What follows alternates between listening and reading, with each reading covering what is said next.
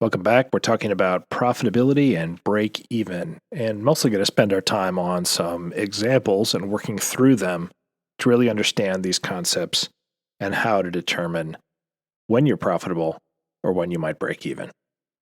So, if we look again at the business model components and look at the break even and profitability question, it comes down to two things. One is, how do you know when your business is profitable day to day, week to week, month to month, year to year? So this is a question that we talked about in the last video about operational cost versus cost of goods sold. And what we determined was that if your business has a positive operating margin on average over time, that means you're profitable. If it's negative, then you're in trouble. You're not profitable.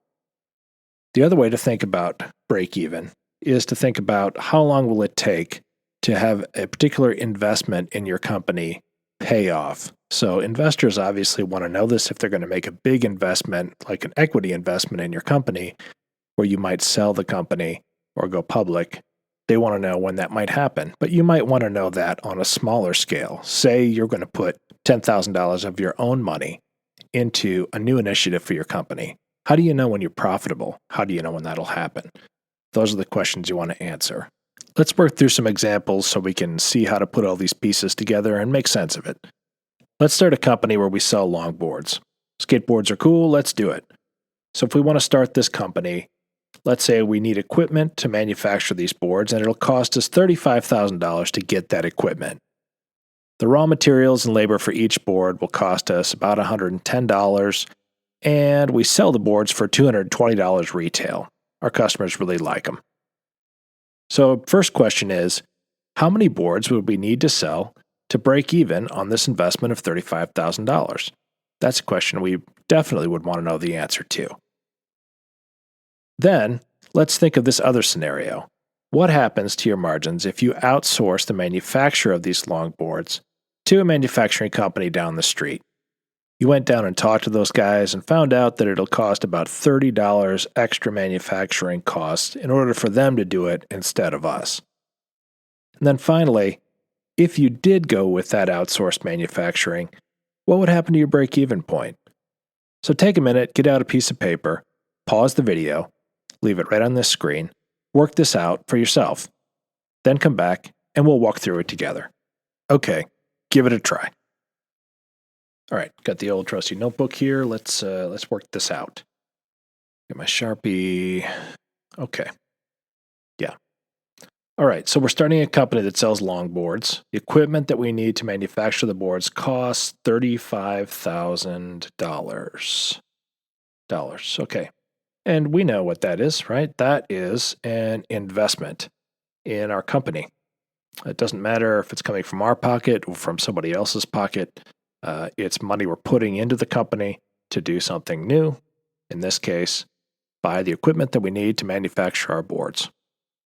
All right, next we know that the raw materials and labor for each board cost $110,000, not $110,000, just $110 per board, right? So we know that's per sale. That means it's a cost of goods sold. We know all costs associated to an individual sale directly are always costs of goods sold. And we know what the revenue is. That's the money that's coming in per sale. For each board, we're making $220. There we go. Right. So all we got to do now is subtract it out, and we can get our gross margin. There we go. Gross margin. It's an easy math to do. 110. Right. There we go. So in terms of raw dollars, gross dollars, we have a gross margin of $110 in absolute dollars gross margin. But we can convert that to a percentage very easily. Take the gross margin, divide it by the revenue. We'll just make it the right color. There we go. And it's going to be 50%. Simple math, right? 50% margin, 50% gross margin. Not bad. Right? We get to keep about half of the revenue that we get for each board. But what we really want to know now is how many boards do we have to sell to pay back to break even on that investment. So we take the $35,000 And we know that we get $110 in gross margin per board. That's how much money we get to keep. We divide all that out, and it works out to be, let's see, 318.18. There we go, 318.18 boards. We can't sell 0.18 boards, right? Can't. So what we really need to do is sell 319 boards. So we know that if we sell 319 boards, this investment will have been worth it, right? Good job. All right, our next question then is, what happens to our margins if we decide to outsource the manufacture of those longboards? So we found out that if we did that, went to the shop down the street, they would charge us $30 more. That's what it would cost, $30 more in cost of goods sold.